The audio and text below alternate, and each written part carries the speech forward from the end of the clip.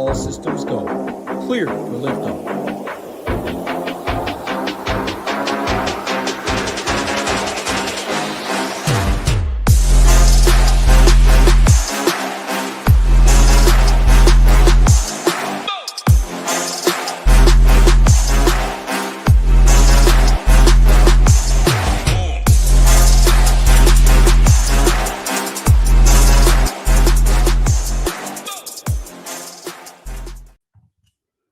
What's up, everyone? Tyler Tamboline here, a.k.a. ToeTagginTambo, back for the final NFL show of the season, but it's a good one. It is the Super Bowl showdown slate. Going to be talking all things DraftKings, FanDuel, captains, MVPs, ownership, roster construction. Got Hoop, got Title, the back-to-back potential champion here. Got the 113K with Xavier Worthy. He's got the baby swag on the way, so we're still waiting for that news. So I'm going to start with Title, bring you in first. We'll get the grand scheme overview from Hoop in a minute. But Title, how you been, my friend? We're back. Final show. It feels like yesterday we were saying week one, here we roll. Nope, this is it, man. This is going to be the final free money Sunday of the NFL season, that is. Yeah, I get a little sad, a little depressed. The baby on the way is helping because the life will be busy. But, man, there's really nothing like NFL every Sunday. Golf is fun. I mean, if you have a golf sweats in any sport's fun, but nothing's like NFL free money Sunday. So yeah, this will be a good one, as every Super Bowl is. And yeah, I mean, pretty closely lined game. Like, I'm curious to hear your take. Last year you were all over it. Eagles, everything, they're going to dominate. I'm curious to hear if you have as strong of a take on like the actual game itself there, but two good teams. And for DFS, I think it's pretty spread out in the sense of, I mean, the Patriots, they have a million receivers that they always rotate. And if it's not JSN, the captain, or Kenneth Walker, kind of the captain ownership is looking pretty appealing to me. So, and I mean, look at the prize pools, not only on DraftKings, FanDuel over 100,000 in their main contest. So yeah, if you do hit, hopefully you hit pretty big because the prizes are massive. Yeah, you'd know best about that. The Xavier Worthy, that's 75-yard. I'll talk about it forever, but that was the best touchdown ever in a Super Bowl that didn't matter because it just thrown so perfectly. It just perfect. Where was that all game? Mahomes. It was PI too. It was and one. He caught it with the penalty. Mahomes was just pissed. He's like, watch what I'll do now. It's over. Let me just do this. And it was like, whatever. The other team was still trying. That was one of the best touchdowns you'll see, but meaning nothing. Hoop, speaking of golf sweats, they already told you you're winning all the money 1.5 days into the 4-day tournament. So hopefully that can stay your way. But we were just making fun of some of the golf stuff before the show as well. How you doing, my friend? Yeah, fingers crossed. Hopefully, I just want to sweat, man. That's all I want is a little sweat going into the Super Bowl. We'll see. But, with golf, man, like round two, still the first wave of round two, you're winning the money. It's almost like guaranteed that you're gonna ship at the end. I mean, it happens every time. So we'll see how that goes. In regards to this game, the Super Bowl, the one thing I think that stands out from a DFS perspective and the obvious play is going to be JSN. But outside of that, there's a lot of guys, I think, that have the opportunity to be the optimal captain or be the highest scoring guy on the slate. So, the Patriots, there's a lot of guys that will mix in at wide receiver. That makes it interesting. Maybe a boost to Drake May captain teams. On the Seattle side, I mean, with Kenneth Walker essentially getting all the work, he's in the conversation. Sam Darnold just had some big games. Cooper Kupp has emerged as, all season long was kind of, is Cooper Kupp the number two? Well, now down the stretch here in the playoffs, he has emerged as the number two. There's a lot of different ways I think this game can go from a DFS perspective in regards to like, who do I think wins this game?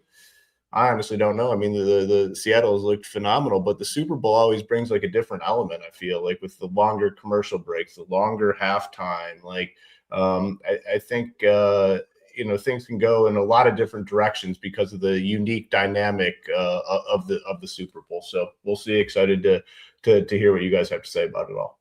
I got a pretty strong take, and everybody who knows me well or knows it well enough knows I can't stand an opposite guy. And if you don't know what that is, it's someone who's just, it's one way and then, I'm just going to go the other way because, and I definitely don't do that. So you know that about me. I'll go and back my take up with why I think it's going to happen the way it is, but we'll get there in a little bit. Hoop, the captains you mentioned too, like the JSN, probably Kenneth Walker, I guess, Drake May is going to be the one guy that we'll see from the Patriots side, but I don't know, maybe it's because last year was a Chiefs-Eagles Super Bowl where you saw it a lot more spread out, and that is what ended up happening, and a lot of people were playing 9 to 10 different captains, and I guess Super Bowl, a lot of lineups, a lot of different contests, etc. People probably will still spread it out, but it does feel more condensed this year for some reason to me, just with those three names being sort of where people are comfortable landing. And I also think a lot of people are setting up for an under, and like the running backs can't really do a lot from the New England side and all these different factors. They don't know which other wide receivers to go to. Do you feel the same way when it comes to the captain? I know we'll get there shortly, but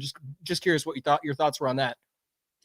Yeah, I mean, I think it's definitely an interesting take, and it does look like, just based on ownership, our ownership specifically, it looks like three guys are going to get a majority, and then there's going to be just like a little bit of everything else. JSN, Drake May, and Kenneth Walker looking to get, at first glance, we have it around 60% of the ownership, which I think could probably be true. I do think at the end of the day, it's JSN that gets the most. We have it right now, him at 19, Drake May at 22. And again, it doesn't matter. It's just marginal numbers. But I think it is JSN that probably ends up getting the most. And then, probably Drake May and then Kenneth Walker. But for me personally, I think it's pretty wide open, like in terms of who I think has the potential to be optimal captain. So for me, I'll most likely be looking to spread it out a little bit here on Sunday.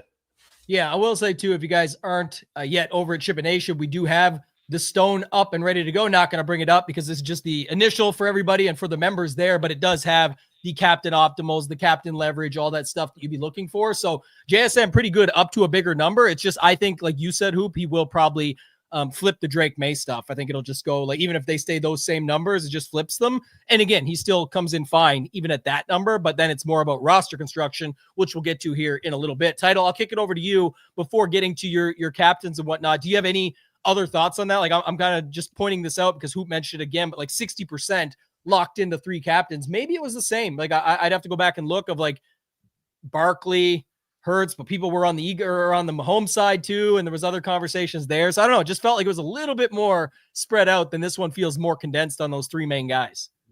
Yeah, and I think probably I would take like over 60%. I think when it's all said and done, people are going to just gravitate. And the first one's JSN, and then it's like, all right, it's Kenneth Walker without Charbonnet. And then it's like, all right, on the Patriots side, Drake May has rushing upside and he can spread it out. So I think it's really easy for people to click those three and go about their day. But yeah, I think the moral of this whole show should be, what contest are you playing? Is it 200,000 plus flagship? Is it the 3K with 200 people? Is it 1,000 people? Like, all of that should differ your strategy and how crazy you get, how off the board you get. And also just, I guess, like, are you fine chopping with 800 people and winning 10,000? Personally, I don't love that approach, but if you are, you can build differently. If you're trying to really get 20 dupes, less than that, you have to get off the board. You have to leave money. You have to play an off the board captain. You have to play your captain against the defense, or just do random stuff. I mean, it's one game. Anything can happen. So yeah, I think what contest you play should be the first thing on how you start building your teams.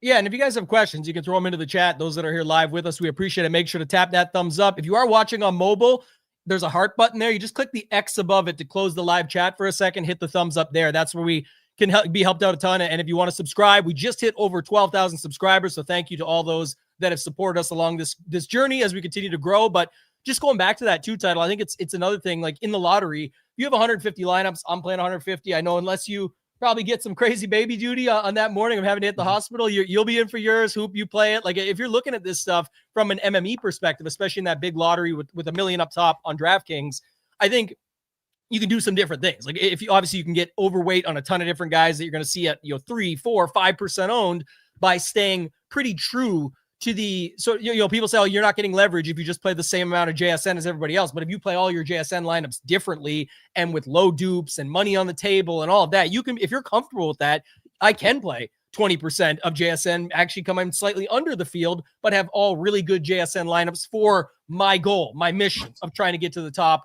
with a unique lineup. So it doesn't mean it's the best versions. You might have better lineups or on paper going in, but I might have a better chance to get there with a smaller chop, bigger amount of money, smaller amount of people, is what I'm saying. So Hoop, I'll kick it back to you, man. Do you have anything else you want to add from a grand scheme overview? If not, I'll let you take us into the captain conversation just to start this thing off.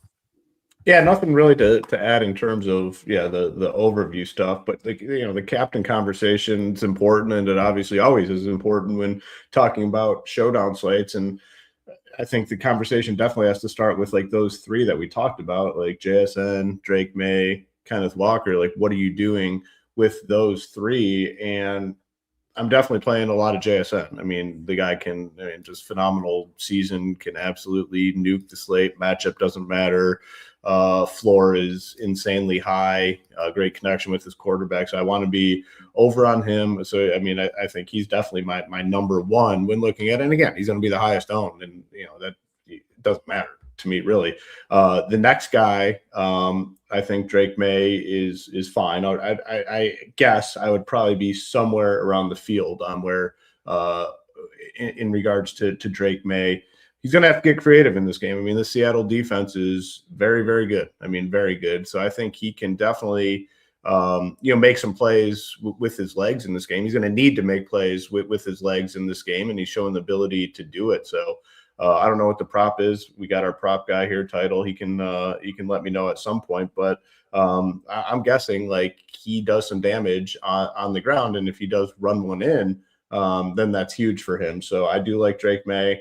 But then like Kenneth Walker is the one where I am fine if I'm like maybe like a little underweight. I'm still going to play him at captain, but I'd be fine being a little under on Kenneth Walker in comparison to those three. Like when I'm looking at just JSN, Drake May, Kenneth Walker, if I'm a little under on Kenneth Walker, I'm fine.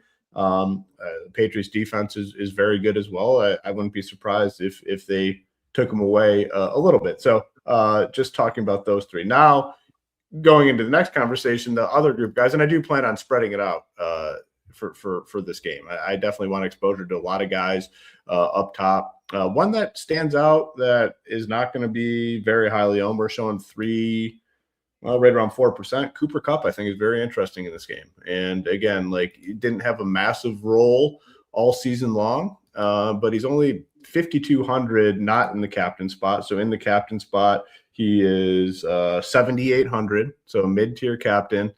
You look at what he has done recently. Again, in the regular season, it wasn't great, but once they hit the playoffs, 5 targets, 6 targets, and last game he found the end zone, 13 fantasy points. So if we can get 5 for 60 and a touchdown, which I think is very reasonable in this game, like the mid-tier captain build, I think has a chance. So he's one that stands out to me as a little bit off the wall sort of play. I definitely want Hunter Henry. He's only 10-5 in the captain, and ownership same, like kind of right around that 4%. He has 2 touchdown upside, and they mix in a lot of guys at pass catchers. So it is kind of hard to pinpoint. Like, is it going to be Stephon Diggs? Is it going to be Booty? Is it going to be Demario Douglas? Kyle Williams? They mix in. So there's a lot of guys they mix in at wide receiver. If they're passing, if they're in the red zone, Hunter Henry is going to be out there. So I do like Hunter Henry as well. Stephon Diggs a little bit. Ramondre Stevenson maybe a little bit. I will include Darnold. I mean, he has 300-yard, 3-touchdown upside for sure. So, just kind of taking everything into account, like who are my favorites? It's still going to be JSN, still going to be Drake May, but like Cooper Kupp, Hunter Henry, are definitely in the conversation. Both projected to be under 5%. I think they both have a path to be there. Sam Darnold, Ramondre Stevenson is the one that's, I don't know. I don't have a strong lean on what I want to do with him. Obviously got all the work for the most part last game, but are they really just like kicking Travion Henderson like to the sidelines here for the playoffs? Could be, definitely could be, but the guy has massive upside, and I don't know. So Ramondre Stevenson conversation is definitely difficult for me. Not as interested, I don't think, in guys like Booty. But the main three, I'll rank those: JSN, Drake May, Kenneth Walker. The next group is going to be Cooper Kupp, Hunter Henry, Sam Darnold. So those are kind of like the top 6 that I'm looking at here for this game. Yeah, and do you have a just sort of early prediction or thought on how you see the game going, just in general? Like, obviously you can build to any style. I know we'll get into that in a second. Title will have his thoughts, I'll have mine. But do you have an early thought, and then we can sort of change it as we go along, or massage it, if you will? What's your thoughts on how this game goes? I think it's higher scoring than people think. I mean, I think everyone's going to look at this and just assume it's a defensive battle. But again, you get these big, long commercial breaks, long halftime. These guys have time to get their energy back. I'm anticipating a higher scoring game. I think like Drake May's ability to run can get them out of trouble. Obviously, Seattle's defense is phenomenal, but yeah, I'm going to play this as more of a higher scoring game opposed to a defensive battle. Yeah, I like that. Title, what do you got here? Talk us through your captains, any extra thoughts you want to add there, and then just how you're sort of seeing this game playing out. A lot of people are talking to Hoop's point about this defensive battle. I saw in the chat 18-15, got to get the kickers in there, using the defenses up top. Give us your thoughts at the captain position and how you see this game playing out. Yeah, I don't really have a strong lead on the total. I definitely, if I had to bet, which I'm not going to bet it, I would take the points. I think 4.5 is a lot in the Super Bowl. I think just the public has seen how good the Seattle has played throughout, and I think they're undervalued and pretty much how bad the Pats have looked a little bit recently. But I mean, that blizzard last week, all they did was run the ball every single play in pretty much the second half. So that game doesn't really translate to anything in this game.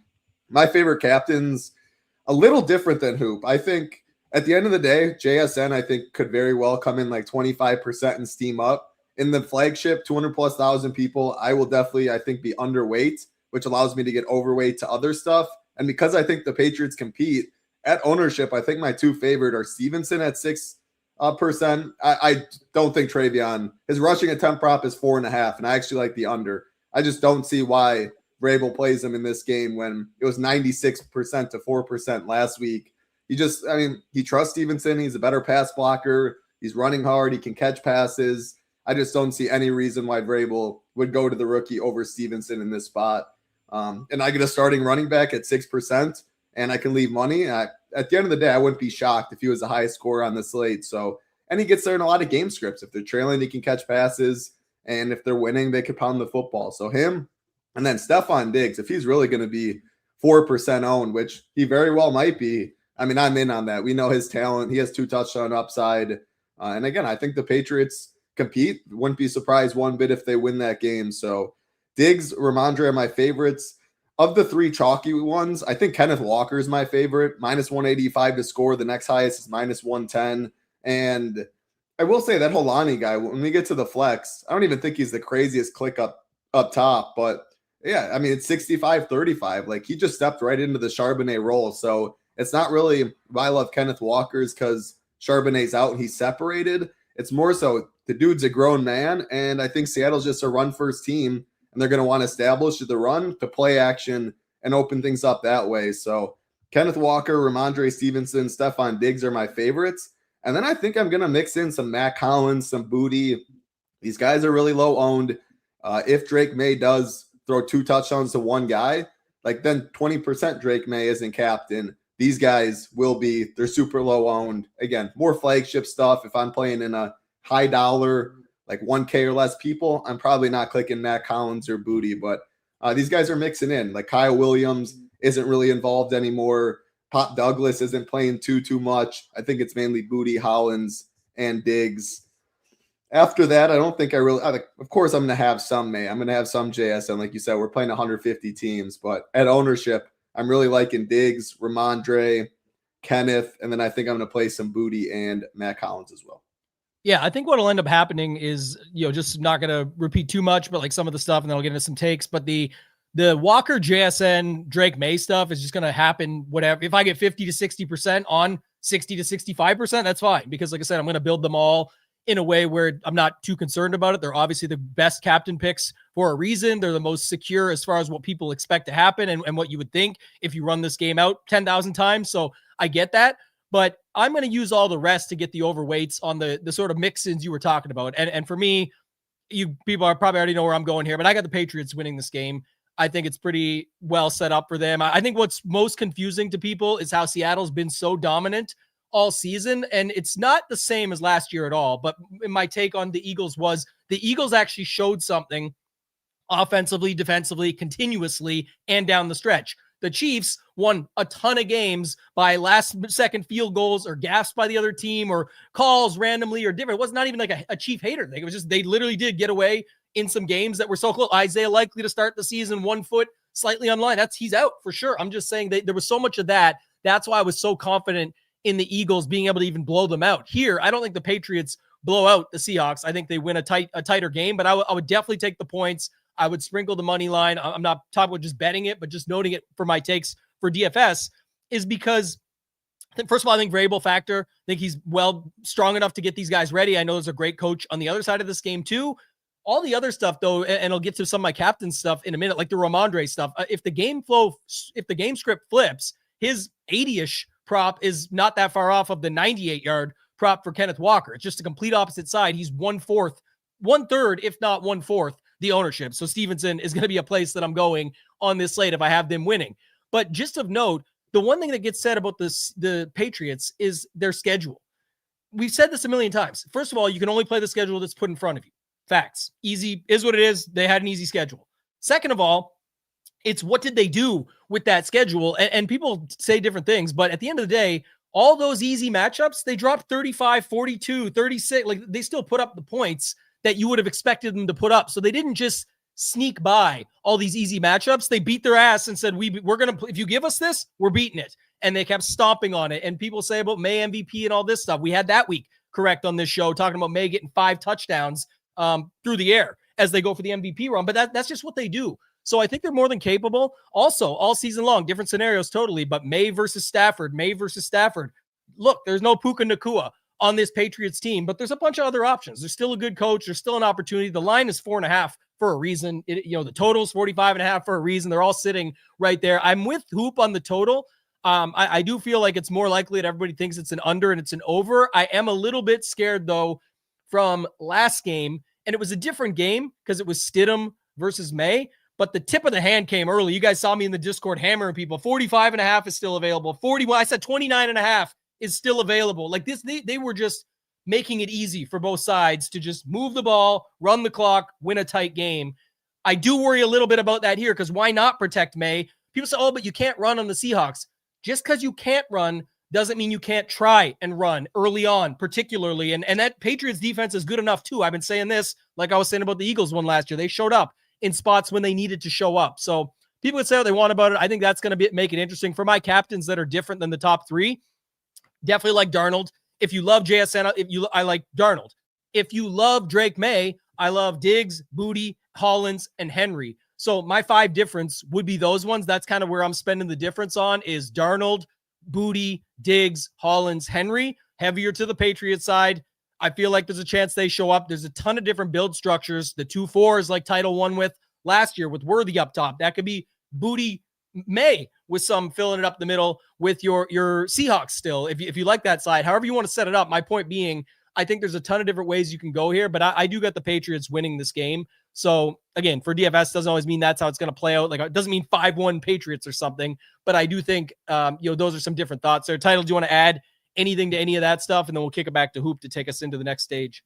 No, but I do think like your last point, like you got the game environment so right last year, and it's still like the other side happened to be up top, and it was garbage time. But like DFS, a lot of random stuff can happen if it's so Patriots winning, but it's so spread out between 5 guys. But JSN is 8 for 150 and 2, and that's one garbage time 40-yard touchdown. Like it could be him with 5 Patriots. So yeah, DFS, it doesn't. You can predict the game and get it right, but it doesn't necessarily translate to who's the captain and how it works that way. Yeah, and I don't know if you have anything else there to add, Hoop, but just the defense and kickers we'll get to later. But from a captain perspective, you don't have it obviously as a very low-scoring game. That does, again, same thing. It could be a high-scoring game, and those guys could still be putting up a bunch of points. It's really however the game plays out. But did you have any interest at all in your outlier captains of adding in any like the kickers and the defenses in this one? No, and I do think with the Super Bowl and whatnot, people tend to spread it out like a little bit more because they just want like, I mean, it's the big game, and everyone like they want to have a little bit of everything. So now just thinking through this, I think those top guys, the ownership will come down like a little bit, like JSN, Drake May, Kenneth Walker. Like we were able to all rattle off like 10 other potential captains. So I guess after having that conversation, it might not be massive, but like, is there a route where a path where nobody gets above 20%? I think there might be, because like there's a lot of potential captains that people will play. People will mix in a little bit of the kickers and defense. People are going to mix in Like all the pass catchers for the Patriots. People will mix in Hunter Henry. People are going to mix in, obviously, player Ramondre Stevenson, Helani, Kenneth Walker, Henderson's going to get some ownership. So I think there is a chance that it gets spread out to the point where we see JSN, Drake May, and Kenneth Walker come down to maybe like the upper teens, potentially, 15 to 20% on all of them, which is, usually you have at least one guy that gets up there. I think everything up top probably comes down a little bit in terms of like what we're seeing in regards to the ownership on those guys. All right, take us into any additional quarterback thoughts that you have. We can pull it into the flex and whatnot. Like when we get to running back, if you're going to go there, because if you don't have much else to say on quarterback, you can go right to running back. But I think that's where Title had a good point on like Holani and things like that you can use in the flex more than using up top. But go ahead, Hoop. I'll let you take over here if you want to go with quarterback. If not, you can take us right into running back. Yeah, I mean, definitely, we kind of talked about both these guys quite a bit when we were going through the captains. I mean, the reason you like Drake May captain teams is there's just so many different ways you compare them, and you throw in Ramondre Stevenson as well as a potential pairing. Like there's just so many different guys, single stack, double stack, triple stack, whatever you want to do. That's why he's so nice up top. Sam Darnold, I think, just really nice. I mean, just a really solid floor, like in this game, any game. He's been good all year. So, I mean, really not too much more to add to the conversation. You go to the running backs. Kenneth Walker, obviously, is going to be highly owned. Everyone's going to want him. You're going to get a majority of the work. Just sticking with Seattle, though, I mean, I think a lot of people, including myself and you guys as well, pretty surprised at the role that Helani had. And when you guys mentioned it, 65-35 split, he had a legit role and they trust him. That's the main thing. They trusted him in the NFC Conference Championship game. They're going to trust him this week in the Super Bowl. So I do anticipate him having a pretty similar role. He got 4 carries, and the more important part is 4 targets. And that's very key because, a point per reception adds up big, especially when your price is $2,400. It's only showing, what do we have him at? He is showing at, it was lower than I thought. Just into the double digits right now. Yeah, I think it is maybe a little bit higher, but like to me, 2,400, like he should be higher on. Like I think he should. I would want to own him in my lineups, probably at least like 20%. Like I think this guy has a good chance to be on the optimal lineup at 2,400, I guess is what I'm trying to say. Travion Henderson, though, I think is very interesting. I know Title doesn't love him, but Ramondre Stevenson has had issues, obviously, with fumbles in the past. And Travion Henderson has had big play upside. So, I mean, if there is a path for Travion Henderson, it is a Ramondre Stevenson fumble, which can happen. He's going against a good defense.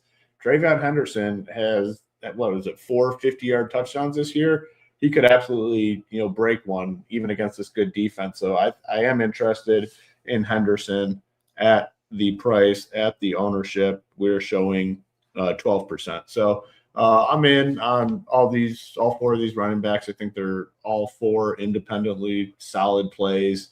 Obviously, Kenneth Walker, Ramondre Stevenson are going to get the ownership, but Helani, Henderson, I like both those guys as well. Yeah, and I want to bring up something else on that point too, because I don't know. I'll give it back to you, Title, in a second. If you want to add more to quarterback, you can. I think we kind of flipped it. The one thing I'll just say quickly on quarterback before I pass it is the Darnold factor. His projection is like almost the exact same as Drake May. They're the favorite. People think they're going to win. They love JSN. Like I don't know how he is not. We talked about Cup being involved more. You've got all these different reasons that he could be the guy, and he's like currently 1/4 of JSN's ownership. It's usually you don't see that. It's the same on the other side with Diggs and with May. So we'll get there later with wide receiver. But I just wanted to add the other thing about Henderson. Again, total different game script flip. I love the Helani call, but the Henderson thing is he's $200 more than Mac Hollins. And he could end up, again, we'll see how the final numbers adjust, but Mac Hollins is only 3,600. I know people usually feel better about him than they do like Pop Douglas or Williams or any of those guys when he's in. So he'll get that nice little intro that they always give where he's barefoot or walking on coals or whatever the hell he decides to do for the Super Bowl because he's extra as can be. But if you go to him at 3,600, it's only $200 more and you get Hendo in there. Not saying I love it. I'm with you. Like you said, under 4.5, all that makes sense. But from a DFS perspective, it could be someone that you could move to there. Your thoughts at the quarterback and running back position time together? Yeah, I got really nothing more to add at quarterback. The Darnold ownership is interesting. If he spreads it out enough, 300 yards and 3 different people catch a touchdown, definitely could be there.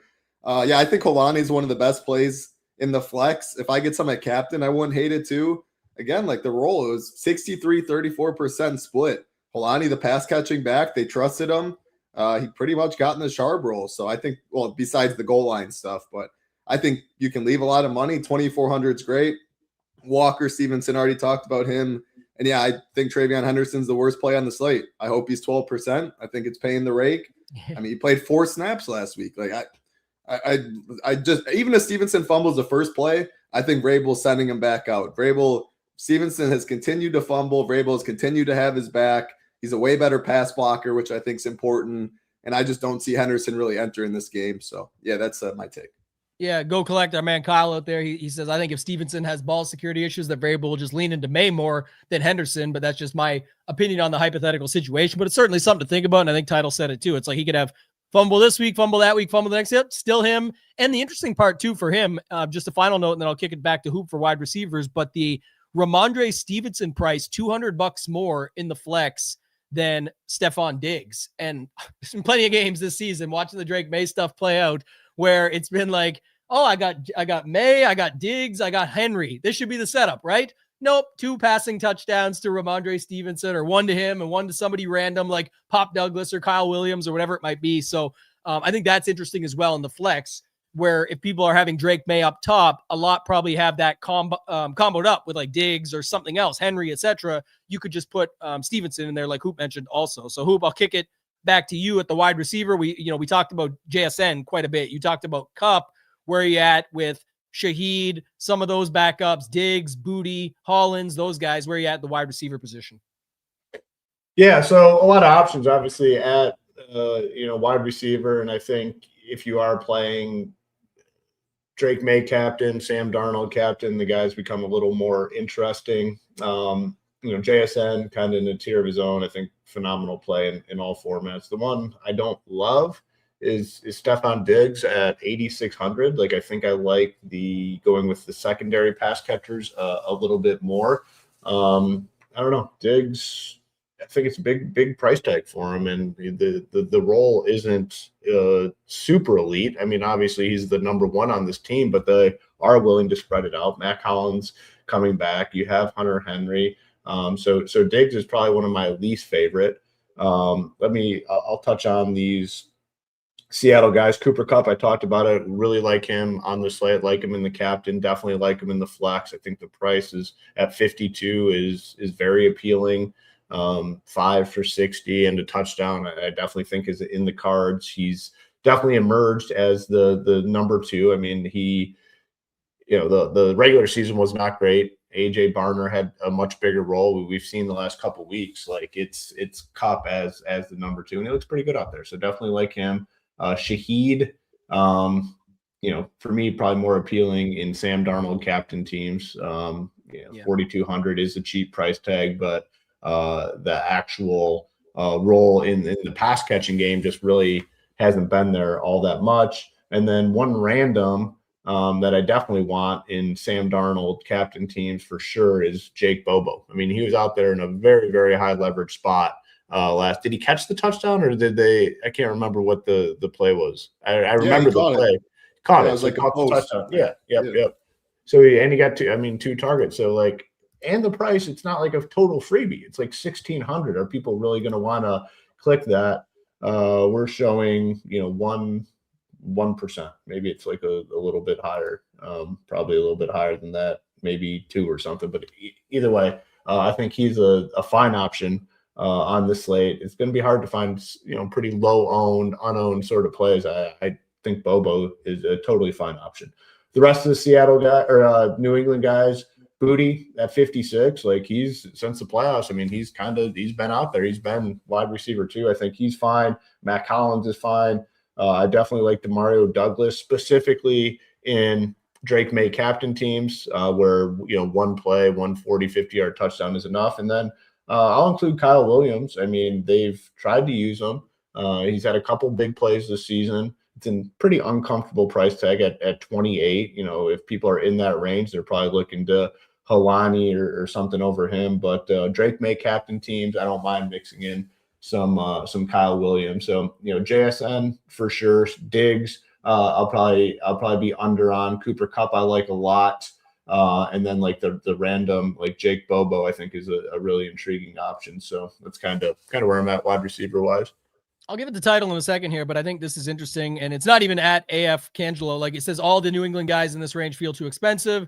I always talk about that, like paying up for probability. I think the ownership reflects your feelings on this. And what's most interesting to me about this, like tough to get to more of one of these guys, et cetera, et cetera. What's most interesting, I'll pull it down now so I'm not hiding Title's face, but like all these receivers, everyone's telling me it's going to be this low scoring game and defensive battle. Like all these guys got to do might be one play. Shaheed could get 170-yard touchdown. May not be needed even in the captain because it comes from Darnold and Walker still does a bunch on the ground, whatever. That could be all you need in the flex. It's the same on the other side. It could be Booty, Hollins, whoever it is. If you're telling me this is this low scoring game, then you shouldn't care about the price. You just need the most point. Whoever gets the points you need in your lineup because that's what that says is going to happen. So I would look at it from that perspective. And if you'd rather have Andy Borregales or something in there for your one-off or whatever you think, then that's fine too. If you think it's going to be more of that, but if people are saying Seahawks are going to win and it's going to be low scoring, then it shouldn't matter the price of Diggs, Booty, Hollins, nothing. You got to put somebody in there somewhere, Ramondre, whoever you choose to pick. I would just get something in there because even if they feel overpriced, that's a good thing from an ownership perspective, and they're all pretty much held in check. Even Cooper Kupp's up over 30 right now. Shaheed's up 16. Diggs is at 27. Booty's at 19. Hollins 6. I mean, these are early numbers, but just noting it. Title, I'll kick it over to you. Any other wide receiver thoughts you want to add here? Anything you got to put with that? Yeah, I mean, it's kind of your last point. So Kupp and JSN are the two highest, higher than any other Patriots guy. And it is because they rotate. I get it. But I mean, I'm trying to win all the money. If JSN is not on the winner at captain or flex, there's a lot more likelihood that you're going to see less dupes. And that's what I'm playing for. Like, I'm going to play a lot more of these Patriots guys than I am Seattle. And at ownership, Shaheed's my favorite. I mean, if he's 16, Kupp's double at 32, JSN's 50. I think it was the first play last game. The first or second, I mean, he's too fast. Worthy was my favorite last year because speed kills. The only guy that speed kills in this whole game is Shaheed. Just ran right by him, and he had a shoelace tackle. Otherwise, he would have walked in for a touchdown and started the game with like 14, 15 points. Also has that double dip upside, which we joke a lot about, but it did come to fruition 2 weeks prior, the first play of the game. I mean, he's going to be out there a little bit. They also give him like end around, some design plays. He's fast, and if he does it, that means JSN's not doing it. Kupp's not doing it, and a lot of people go down.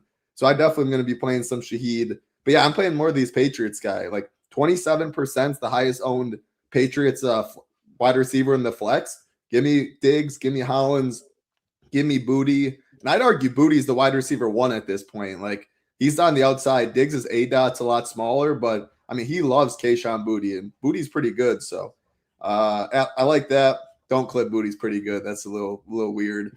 But I will play some Pop Douglas and Kyle Williams too. And part of that is because like I'm not playing Travion, or I'm playing very little Travion. Yeah. And that's a hedge if Stevenson gets hurt. So Pop Douglas, Kyle Williams right there. They're still playing, let's see, 15 snaps, 12 snaps, 22, 17 the past couple of games. So they're out there. Yeah, Pop had a touchdown against the Texans too to start. So Drake May will throw to anybody that's open on the field. I am definitely Pat's receivers over Seattle for the most part. Yeah, and just a note, and he meant Tambo, he said after, that's fine. But I wasn't even at you generally, just I know this is how people think. But even to your point here, this is moving the posts a little. You were talking about New England receiver. You got to play a New England guy. Even in a 5-1, you have to play somebody. So I'm saying maybe your guy is Stevenson instead, or Henry, or whatever you like. But Henry's $7K. I don't know how you could love that over some of those 5K, 3K guys. So it's like, that's my point.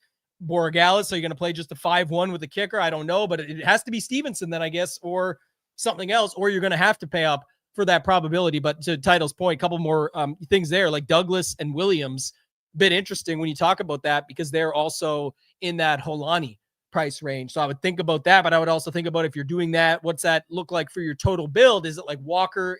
You were on, people are already on Walker, obviously over Holani, quite the different price tag, but just noting it, like maybe it's Walker, maybe it's a receiver on that team, and then you end up spending the money on those guys instead of Holani in those builds. So yeah, lots of interesting ways you can go at wide receiver. I like you said, I think these Patriots are great. I think in the flex, the Shaheeds, the Cups, all those, I like them more there, but I get why you could go to them up top as well. But I prefer, if I'm going up top on my Patriots side, I want Diggs, Booty, Hollins. Like I said, I could make my Xavier Worthy lineup from titles Xavier Worthy lineup from last year. I could buy Booty with May and 4 Seattle guys is a prime example that I could easily go with here because it's only 8,400 up top. We're talking flex now, but just noting it. So I think there's a ton of different ways you can build this game, but a lot of it has to depend, as usual, talk about this, but tell the story and how you see the game playing out. That's what you should be looking at here when people are talking about, if you got, someone mentioned no quarterbacks in a lineup hoop. And if you put no quarterbacks, you just get a defensive battle. What does that look like? Well, then, you're getting looking at the running backs, you're looking at the JSNs, the Cups, the Diggs of the world that can just, or the Henrys that can just catch the passes and rack up PPR points, and then maybe defenses and kickers, leaving some money. I don't know. Do you got any extra thoughts on that or anything else? If not, you could take us into the tight end position. Yeah, the only thing I was going to add, I do think it's a good point about Booty. Like, I think he's a really good play. I didn't realize the ownership was looking that low. Like, we have it 19 right like now. Saber has it 16. Like, if he's in that mid-teens, like 15, 16, 17, I agree with Title. Like, I think he could be like the wide receiver one. I mean, it's obviously hard to pinpoint with the Patriots just because they're mixing in so many of these guys. But just thinking back, eye test wise, like in these higher leverage spots, like he's definitely willing to go to him. So I like him, and I'll definitely add him into the mix at captain as well, where it is 2%. I mean, we have it at 2% for Booty up top. That game against the Broncos was a shit show in terms of the weather, but he got 6 targets. So he was looking to him, and they weren't running the ball a ton either. And he still got the 6 targets, and obviously didn't correlate to anything because that was a nasty weather game. But definitely boosting the Booty. That is for sure. And I do like the Booty. I'm with Title. I'm only one way though. Got to clarify that. Yeah. Right. Yes. All right. So tight end, I already talked about it. Really like Hunter Henry, captain, flex. Definitely, one of my top guys here. Not looking like a ton of ownership either. So good with him. 2 touchdown upside for sure. Good with him in Drake May captain teams. AJ Barner's role has been pretty concerning with Cooper Kupp kind of emerging and getting a lot of attention. It's kind of come at the cost of AJ Barner, who really hasn't done all that much. He did 3 targets last game. He had nothing against San Fran, a full-on goose. Oh no, he had 1 rush because they use him for the tush push. 1 rush for 2 yards against San Fran. Don't really love him. I mean, probably more maybe Sam Darnold captain teams, but don't love him a ton. Fine mixing in Hooper if you want. Fine mixing in Saubert. Is it Saubert? Is that how you pronounce it? I don't know if it's like the silent, silent sort of. Yeah. 600 for him. I think he's fine. There's not a ton of like full on punts like in the 100 range. So Saubert I think is fine to mix in, and again probably better suited for Seattle or for Sam Darnold captain teams, but definitely like Hunter Henry. Don't love Barner, and fine with a little bit of Hooper and Saubert. Yeah. Pretty sure Hoop just referenced a BBL by boosting the Booty. Yeah, man, he's going. Mr. 305, man, head down to Dr. Miami or whatever it is. Go down and get a little BBL action. That booty, baby. The one thing I'll say though is I actually wanted to play this guy last game. He came off IR, and then it was a quiet little late scratch, just before the game started. But I'm definitely interested if we get him here. I'm gonna be watching right up till inactives. But Elijah Arroyo, not even showing up right now in a lot of places on a lot of things. But if he comes back, I would actually have a little bit of interest in him. I remember earlier this season, one of the showdown slates that I think it was a chop for first that I got. It was with Darnold, Horton, and Arroyo. Remember he threw those bombs to those guys? Well, no Horton, unfortunately, but got injured. But just Torrey Horton. But you got the Arroyo spot if he comes back, and it looks like Barner is actually getting ownership here. He could, again, it's a price difference, of course, that he's much cheaper than Henry, but it actually looks like he could be the same or exceed the ownership because obviously more people going with Seattle sides. I mean, we didn't talk about this off the top, but I certainly think 4-2 Seattle builds with a Seattle captain are going to be pretty popular on this slate. So Yeah, my man BG Littleneck knows, says Torrey Horton, broken heart. Yeah, that was a nice game, though. I remember that. That was a Darnold up top. That's what I'm saying. You could see it here again, my friend. But that would be of interest. Henry, and then someone mentioned in the chat earlier, I guess Hooper would be the guy at 2K. If you want to plug him in there, he just sort of fits that same mold of who gets the touchdown, and you get a Holani for, 10 yards on the ground and, 2 catches and 10 yards, or do you get like the Hooper, random touchdown or something like that? And that would be a little bit better from that perspective. This got brought up before. These things just rarely play out. We brought it up. If you have like, I think there's an over half yard on his rush yards, that's what you'd be hoping for. But it's like, then do you just take it, or would they use him anywhere on the field for that? That's interesting as well. But I don't know. For me, I'd be more interested in just Henry, Hooper, and then honestly Arroyo if he somehow plays. But I think he was fine. I think he just wasn't quite ready last game because he was coming off IR and everything. So we'll have to wait and see. He had plenty of time for rest now. But Titles, you got anything different here? No, I was going to mention the Arroyo shout because he got hurt week 14, and then he was on the 53-man roster a couple days before, but then he was inactive. So was it just a healthy scratch? Was he? News I read sounds like he wasn't quite ready, but yeah, game time. That's important news. Thing and that. So I'd be interested to see it. The guy's very capable, and I did see a stat somewhere. I always like to give credit, but if I forget, I just literally read everything that I sometimes forget who put it out there. But someone posted about Arroyo versus the blitz as well, and this is a blitz heavy spot, so it's like if he's out there, you just never know, and they already got a bunch of other shit going on. But it'd be nice if you could get a few catches from him. He's cheaper, all that sort of thing. So I think that's somewhat interesting to me, at least. Yeah, I mean, especially because he's projected nowhere. So so many people already have their teams built prior. If you do get that news that he is active, he very well might be 1%, and then that Saubert ownership, Saubert becomes a whole lot worse.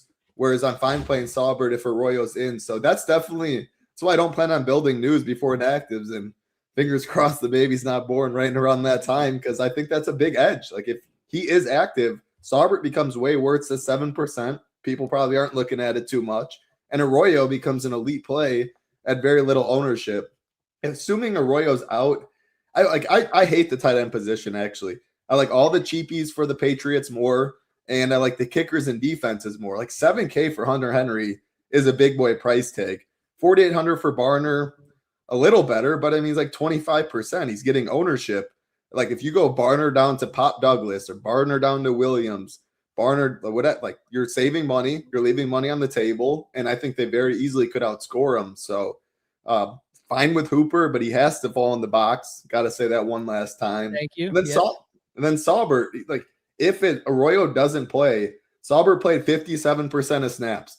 What if they're at the goal line, 2 tight end sets, big boys, he leaks out, he gets a touchdown. Like you said, there's not really many value plays down below. So I think I actually prefer the Hoopers and the Sauberts more than Henry and Barner at ownership. But I really don't love the tight end position. I want to ask you something else, but I thought of something else first too. What was I going to say?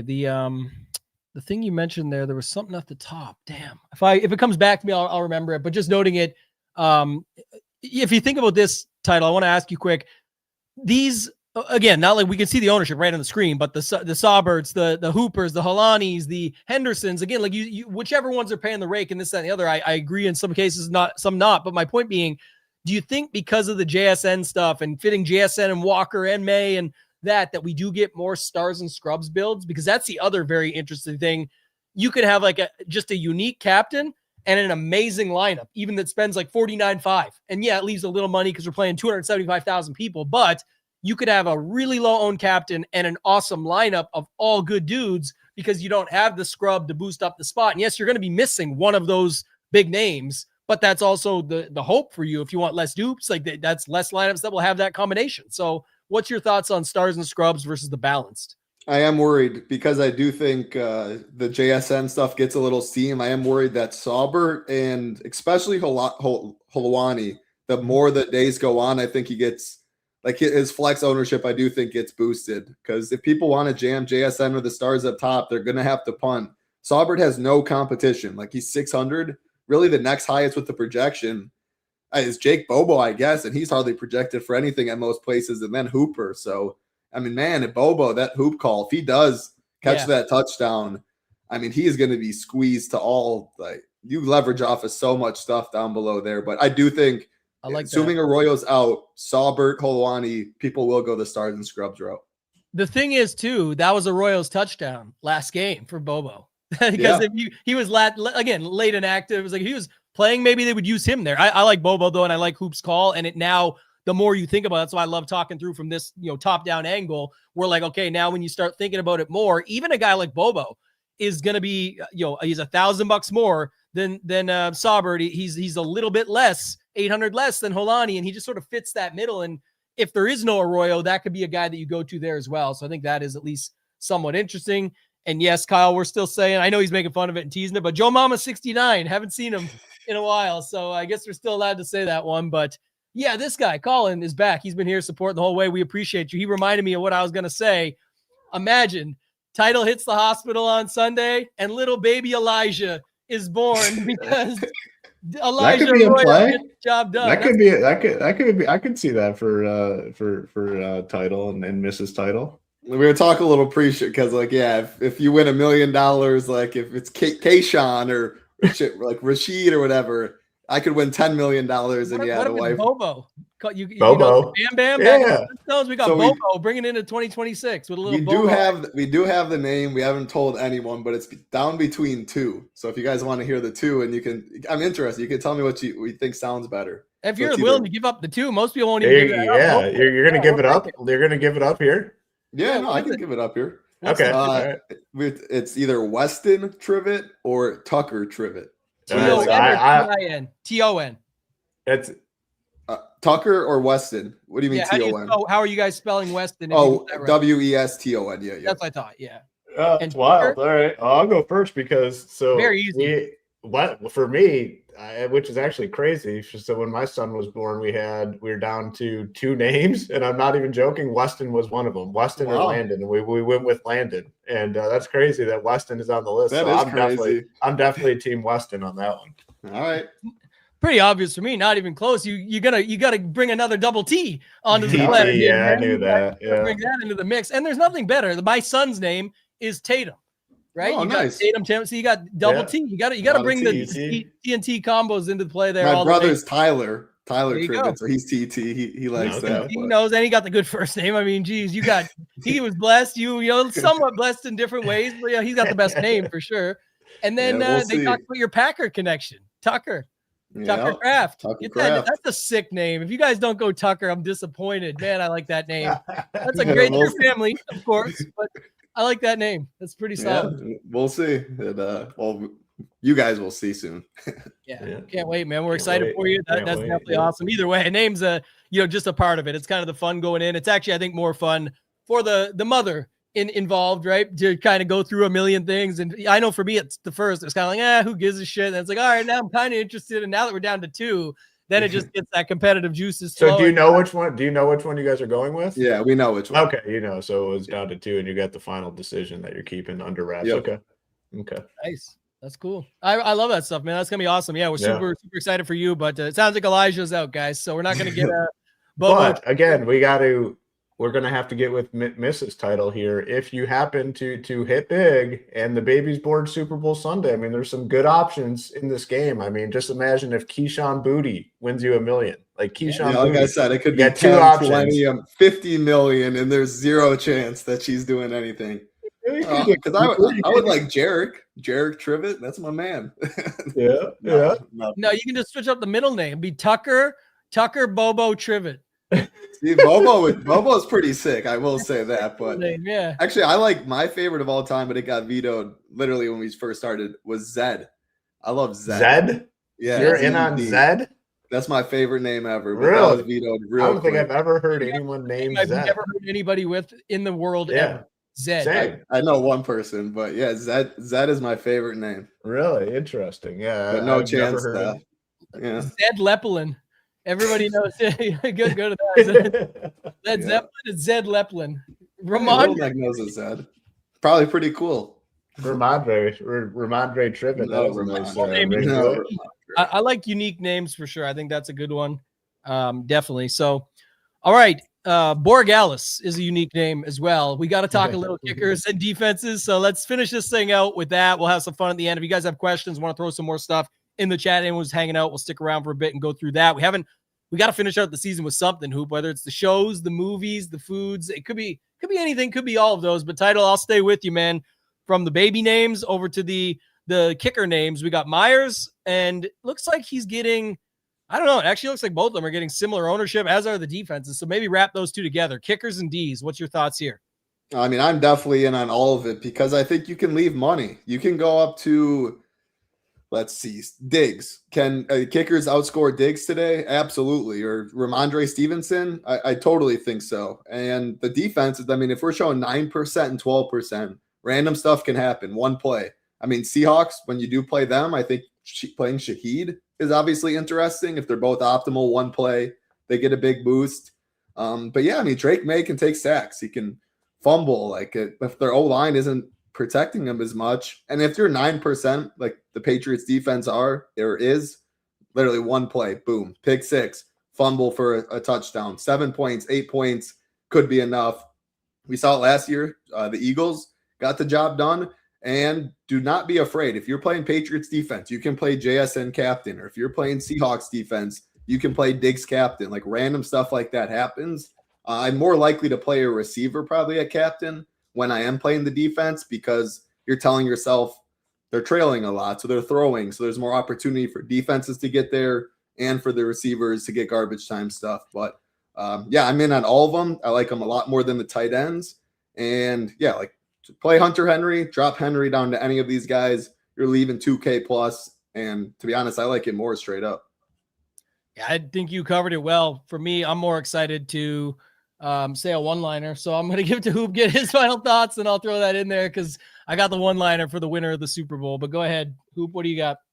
Yeah, I'm usually not super interested in the defenses, but this game, like, man, both defenses can make plays, like big time plays. So I don't want to exclude them. So more interested in defenses that I typically am. And then the kickers in on both. Borgalis has been good this year. Obviously last game was a little bit different. The weather was brutal. I mean, it was absolutely terrible. And then Myers has had some massive games all year long. I mean, a 24 spot, a 19 spot, 14, 13, 10, 11.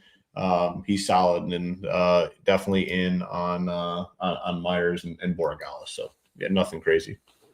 All right, I got the winner of the Super Bowl, Drake May, down in the Bay. What do you say? Super Bowl Sunday. We'll see how it gets done, but I think it's in the Bay Area. So we got May in the Bay is going to be the headline after this thing gets done, and he's the MVP. The Patriots win the Super Bowl.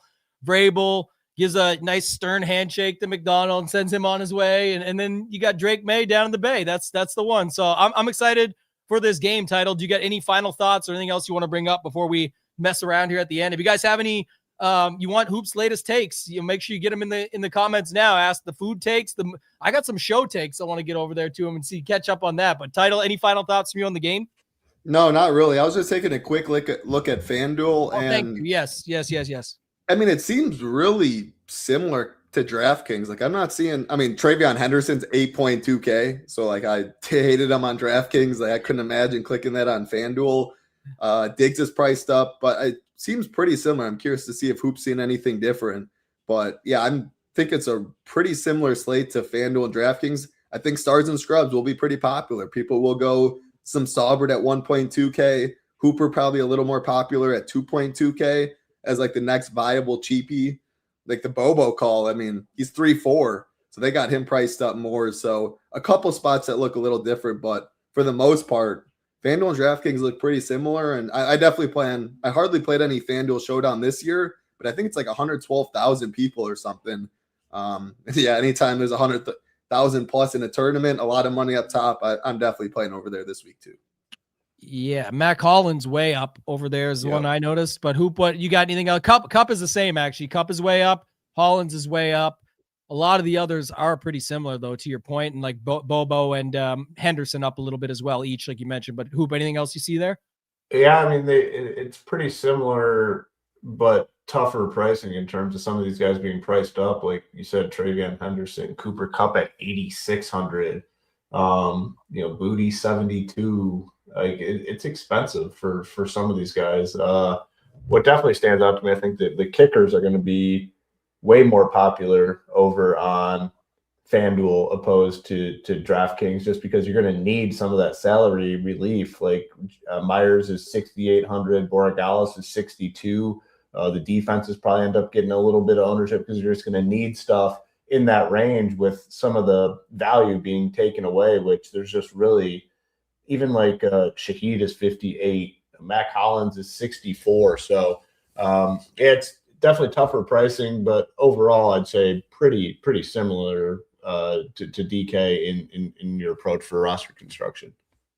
Would you do another shirtless Shuey if Cooper Kupp won the MVP? He's not winning the MVP, but yeah, I do. Yeah. Sign me up for that. Yep. All right. I'll go out in the snow. I'll do a snow angel after. I'll do a shirtless Shuey outside and then finish it off with the snow angel. Man, we got to get a Cooper Kupp MVP now. That's actually amazing content right there. Might just have to sign up and pay for that too. Yeah, and then I do a shot after. I'll do a ice lewd shot or something. You might as well keep going because I'm hoping for 102 now. Yeah, you keep adding to it. Snow angel and a shot. All right. Yeah. Matt, have you met my friend Kevin Garnett? Anything is possible, my friend. That's the thing. So we just saw it. Yeah, you added that. Yeah. I see that now. That's a good call. Yeah, May MVP snub. What a great! Did you see that shit? We're at the end now. I think that's probably enough. We can just talk about whatever. But man, the couple things on my mind. One is that. Did you see the guy voted for Justin Herbert? Man, gets so stupid. All the engagement in the world, and then you find out the vote was 24-23 and could have just been something totally different. Like again, it doesn't.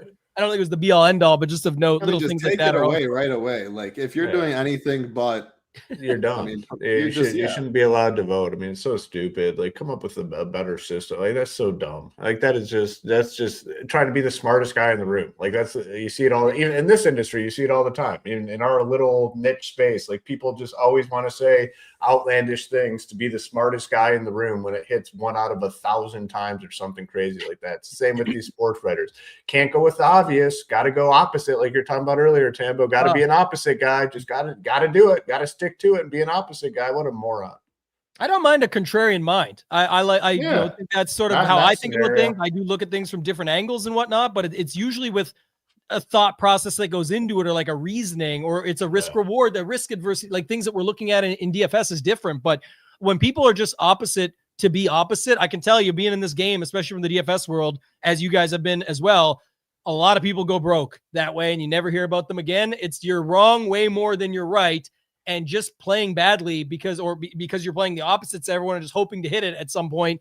It's just not going to work out. So, Title, I'm sure you've made a lot of money at the poker tables that way as well, as these people that decide they just want to play you with these hands. And you're like, all right, I'll play you, but I'm going to play my hands. And when we get there, we'll see how it works at Showdown as we go throughout and see the flop and the turn and the river and go from there. So, yeah, I think it's interesting. But, I've been on my opposite guy rants lately for sure. Ego is one of the biggest downfalls to a lot of people, that's for sure. Yeah. True. Well, let's do this one quick. It's the easiest, best one. I want to say first, I did watch Rounders, by the way. Oh man, let's start there. There you go. Yeah, let's start there. This is perfect. Yeah, and Maddie actually kind of liked it too. She was watching in the background, but it was pretty cool. Did you like it though, or you just? It was a good movie. No, it was a good movie. It had a lot of good points in there about little one-liners and stuff that you like. That translates to kind of about like ego, like. Yeah, a lot of stuff that translates to real life poker. So I thought it was a good movie. Yeah, you're like Kanish, right? You walk around telling people, like, don't do that stupid shit, man. You can just grind money. Here's what you do. And it's not taking shots is sometimes worth it, but not at a table that you think you could be the 8th best player in the world, but if you're sitting with the 7th best, you're going to lose money. So yeah. You didn't like Mikey McDermott going to the table just for one bluff on Johnny Chan and just to say he did it? You thought that was a brutal cooler, though. That definitely was. That's poker for you, though. Yeah, I love that movie, man. It's amazing. Let's do this. I want to get some show takes from Hoop, but this is the easiest one. I know, Title, we know you got the baby plans potentially, but if not, do you have anything else planned or any major foods that you got to have as go-tos? What's your food setup? We're going to grill out. That's the plan right now. Her parents are in town, so probably some brats, some burgers, and grill out there. But I mean, you can do pizza, you can do wings. I mean, it's a great day to get a lot of dips. Just don't eat too healthy. I mean, double dip. He's talking about his double dippers over there. Yeah. And then he dip said, while you're eating dip. Did you say brats and burgers? Yep, brats and burgers. When you have your son on Sunday, it's Bobo's brats and burgers. If he's there, then I have first birthday party. Yeah. You can call his restaurant The Box. Come on over, fall in the box, and have Bobo's brats and burgers. You guys can get her done. We got all the slogans for it already ready to go. Hoop, what are you doing? What do you got? So for the foods, you guys, it's going to be a little boring because I love all this sort of stuff for the Super Bowl. I'm in for the wings and all that stuff. But I will say my favorite for sure on Super Bowl or any sort of event where you're doing the appetizer, it's got to be like the buffalo chicken dip. I think it's just phenomenal. It's like my favorite. That's my go-to. My wife just made it for my birthday, so we just had that one. So we're switching it up and having like a taco style dip. I love that too. That's good. I got a sausage dip. Have you ever heard of that? What's in that one? I could send you a lot of cream cheese. Yeah, I mean it's my favorite of all time. I'll get it and send it over. And is it like mild Italian sausage? Yep. It's like Jimmy Dean's, the hot. You little. Yeah, I mean it's all that sort of thing's great. Yeah, that's great. You can't go wrong really with Super Bowl food though. I mean it's like. It's quality stuff, whatever you're doing. Like you'd have to really go out of your way to fuck it up and say, "Oh, I'm making a turkey for the Super Bowl." Like, hey, that's the only thing you could do to mess up like Super Bowl food, right? That would be bad. Yeah, I'll definitely even give you that one. You know what I talk about with the food stuff, but that one's very bad if you did that. But even people doing like a deep fried one, like why? But just deep fried chicken wings or have fried chicken, do something else that way. But the kids have been watching. Don't want to watch too much bullshit on YouTube. So the one thing I like, because I like my food, they've been watching this guy. His name's Beard Meets Food. He's got this huge beard and he's a competitive eater, and they go do all these food challenges. And he goes around, and he's smart. Like he knows the Ship It Nation model of less is more. We don't need an hour long. Shit, like make it 12 minutes. You're there to eat. You either eat it or you don't. We don't need to see you eat it all. We just kind of want to see what's the food and does he complete it? And he crushes. Anyway, he had a hot dog eating one the other day. So my son wants to have a hot dog eating contest. He's 5. By the way. So we're going to buy those like brioche Hawaiian, like king buns, like the buns like that. We're going to chop those in half to make them like 2 hot dog buns and then put the all beef, whatever you put into it for, whatever we end up buying, but we'll let him have like 4 of those and see if he can hit the challenge. And my daughter loves chicken wings, so got to have those as well. So she thinks he'll do it. He'll be able to eat those, I think, because they're going to be so small. He can eat for sure, but then he'll say he's full and just moves on. He likes the desserts a lot more, so it's fun stuff. No, see, this is what you got to do different.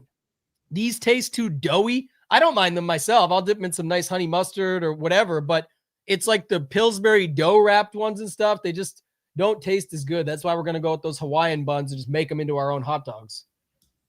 Yeah. All right, Hoop. What was the other one? Oh, when you just. Can't be for a while. You got snow on the lawn right now. I got a long time, unfortunately. Probably, we're looking at end of April-ish, probably. So we're about 2.5 months out.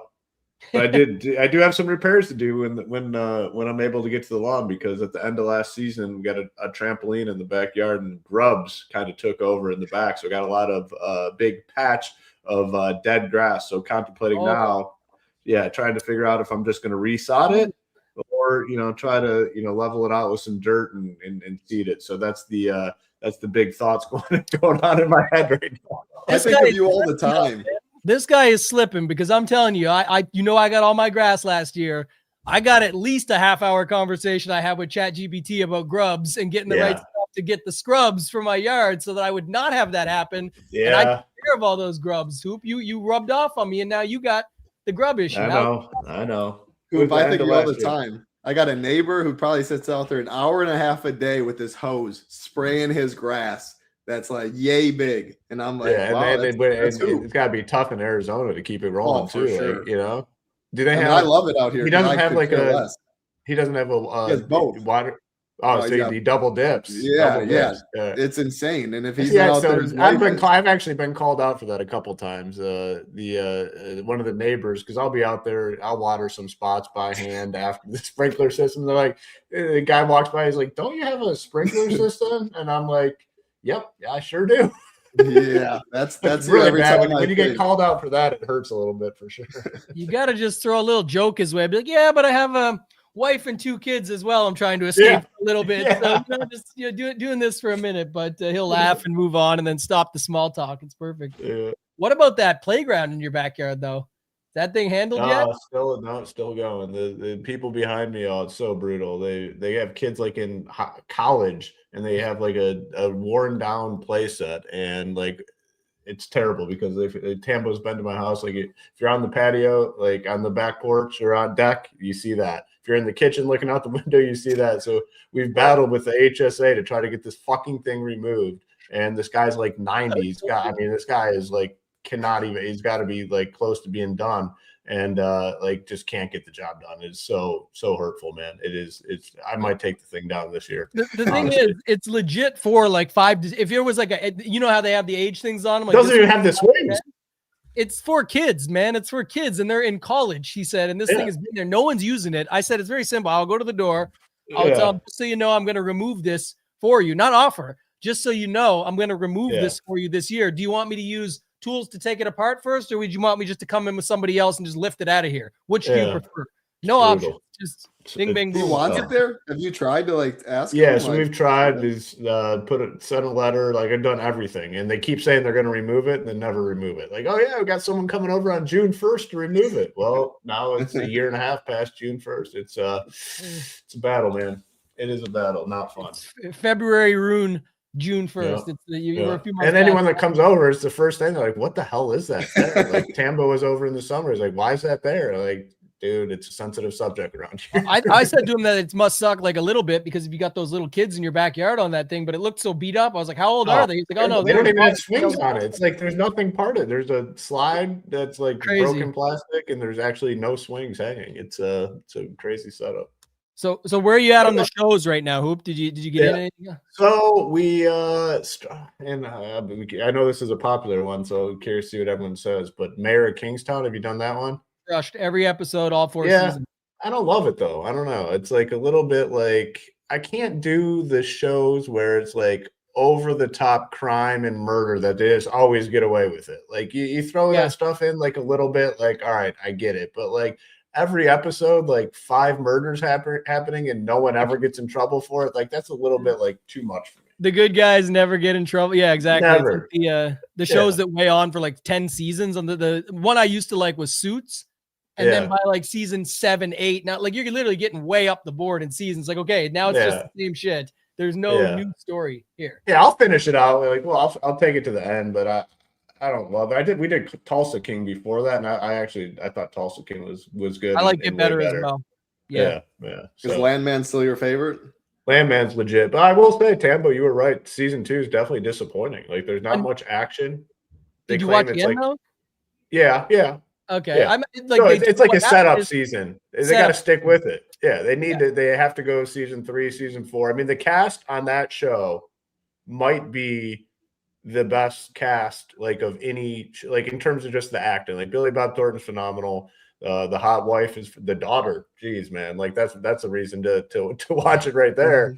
Like all the women in the show are on point. Like it's a very, very, I'd say the cast on that show is very. I've had multiple people start bringing that show up, which is why I had to ask, and they said the same thing. They're like, season 2 starts bad, but like it sets up. It finished strong. Yeah, you can see it's setting up for what they're going to do long term. I think it's definitely, for me personally, one of the best shows that I've watched. So yeah, they already renewed the new ones. Like it's way ahead of the renewals. Like they're going to be around for a while, I expect. So I think that's the key there. Do you know the daughter is dating Glenn Powell, Chad Powers, that dude that's in like Running Man? Really? Yeah, that's. I mean, these things end so quickly in Hollywood and whatnot, but it's just that he's doing all these shows and movies. She's in all the stuff, and she's used a lot by that Taylor Sheridan guy because she's also he uses a lot of the same guys over and over. Yeah.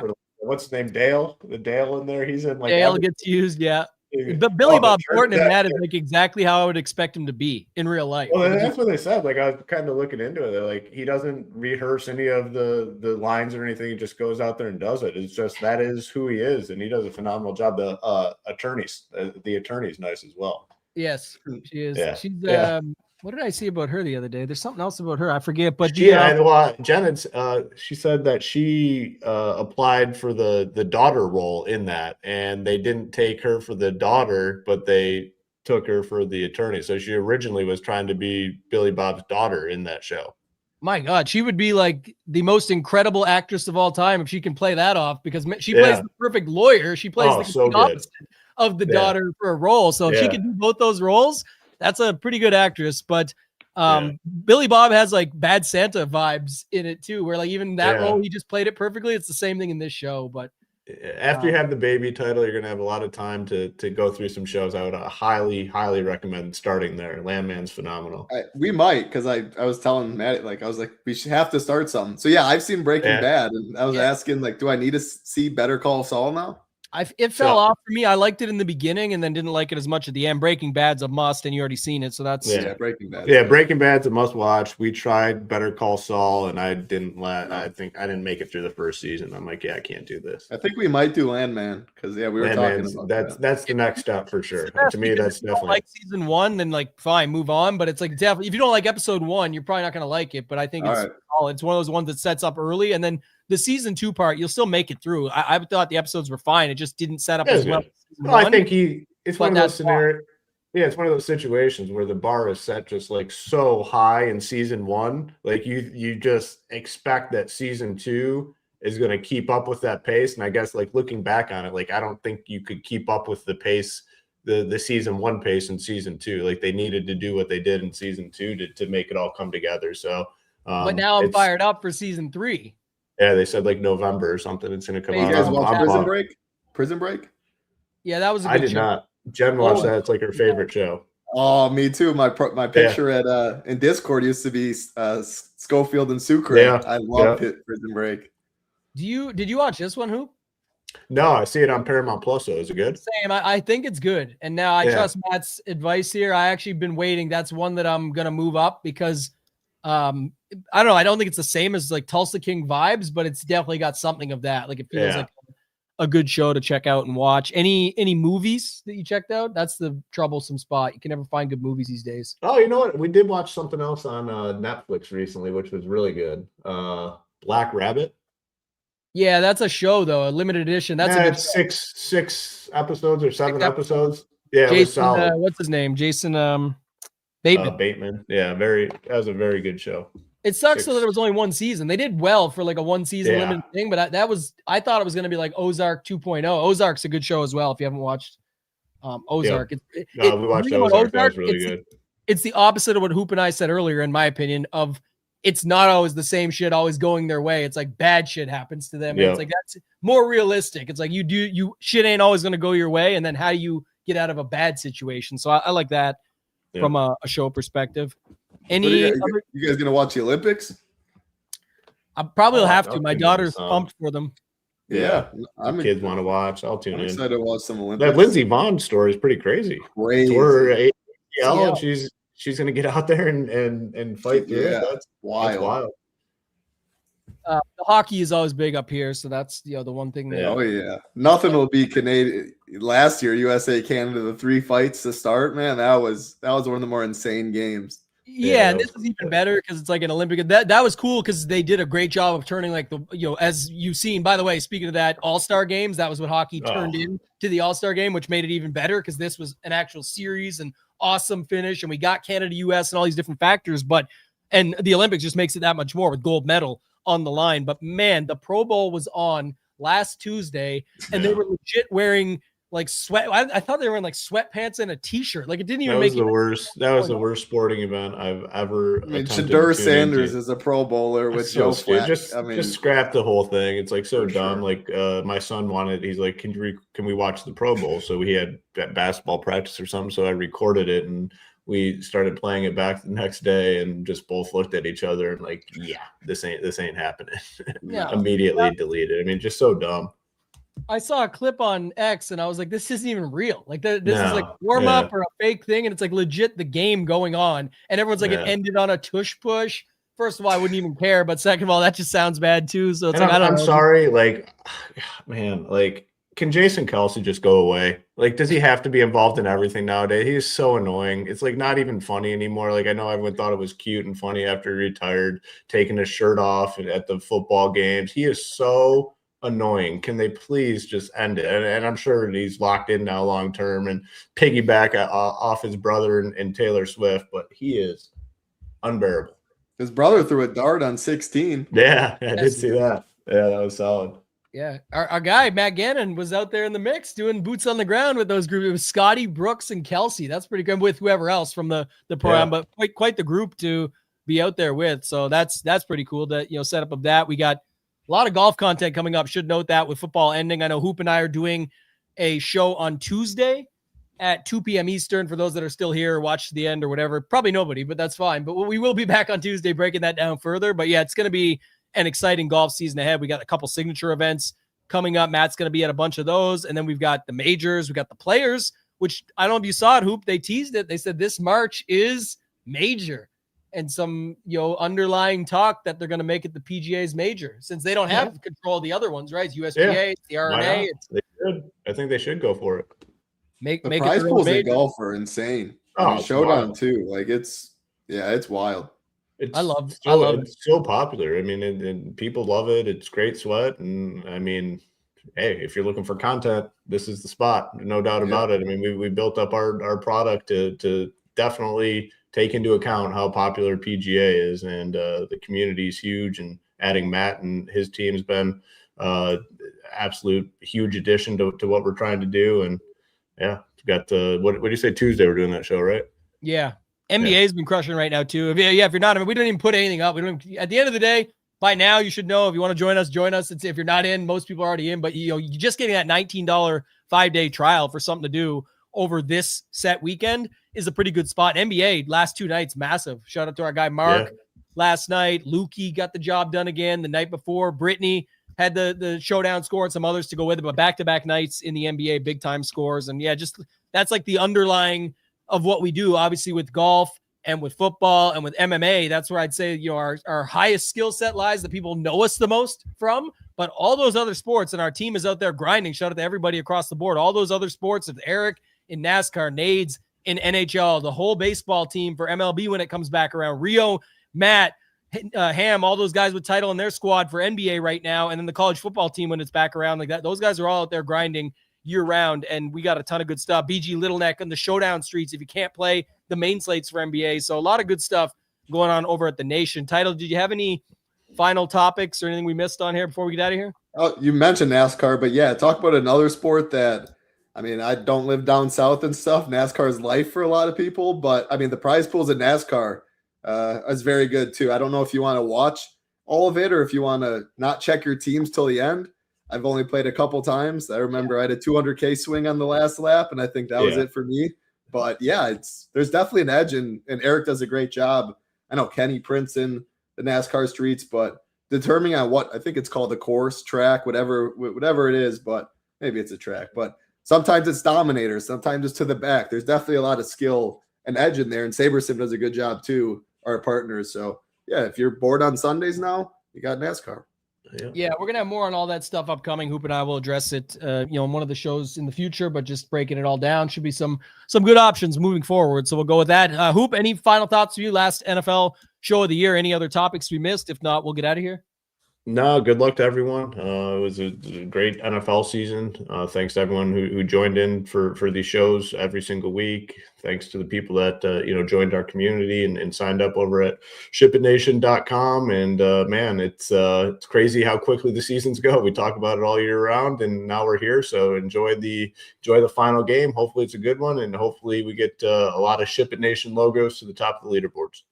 Yeah, would love to see that, a little repeat of last year's action. So good luck to everybody. Like Hoop said, thank you guys all for watching throughout the season. Make sure to tap that thumbs up before you get out of here. Subscribe to the channel for all of our other free shows and more news in the future. We'll be back Tuesday, Hoop and myself at 2 p.m. Eastern. For Title, for Hoop, and for myself, ToeTagginTambo, let's ship it!